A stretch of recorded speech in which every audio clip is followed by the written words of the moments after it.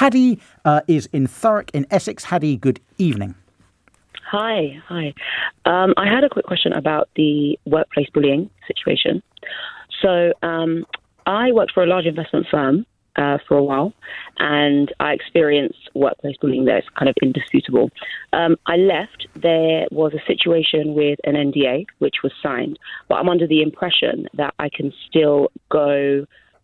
legally still go after particular individuals within the firm. So my question is mainly surrounding the time frame. Is there essentially an expiry date in terms of when you can bring something to the courts against someone, in terms of the time lapse between when it happened and kind of when you take it further? Haddie, you said you signed a non-disclosure agreement. Did that settle your claim? Were you paid money to settle your claim? It's difficult. So the money was essentially to, it wasn't for the specific situation that I'm referring to.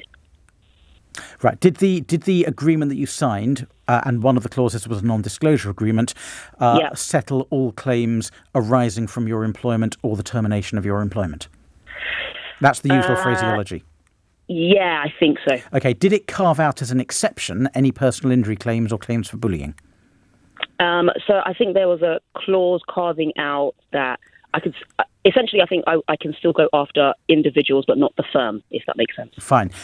So the normal time limits for constructive dismissal are 3 months, but constructive dismissal is only against the firm, not individuals. So you've probably signed that away in the settlement agreement you signed. You can go for discrimination. Now, that's normally 3 months. It can be brought against an individual. A harassment type discrimination claim can be brought against an individual.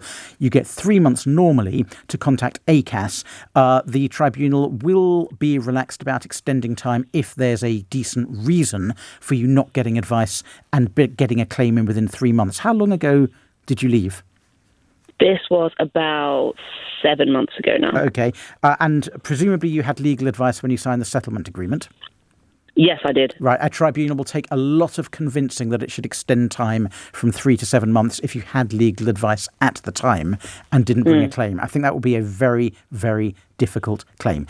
And a claim for protection under the Protection from Harassment Act in the civil courts, if there's personal injury involved, you get 3 years to bring that claim.